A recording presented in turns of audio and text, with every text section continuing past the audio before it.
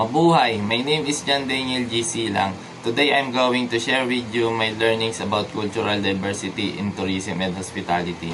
It helped me understand that people who work in hotels, restaurants, and travel services come from different cultures, traditions, beliefs, and backgrounds. Because tourism deals with guests from all over the world, it is important to respect cultural differences such as language, food preferences, religion, and customs.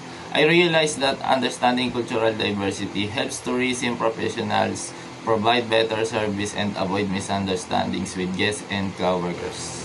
I learned about the importance of cultural diversity in the workplace.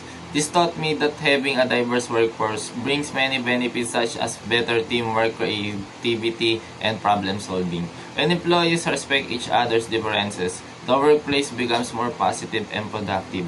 I also learned that cultural diversity helps companies build a good reputation and makes employees feel valued and included. The importance of corporate culture. Corporate cultures refers to the values, rules, and behavior inside an organization. It helped me understand that a strong corporate culture guides employees on how to act professionally and work together. In tourism and hospitality, good corporate culture is important because it affects customer service, teamwork, and overall company success.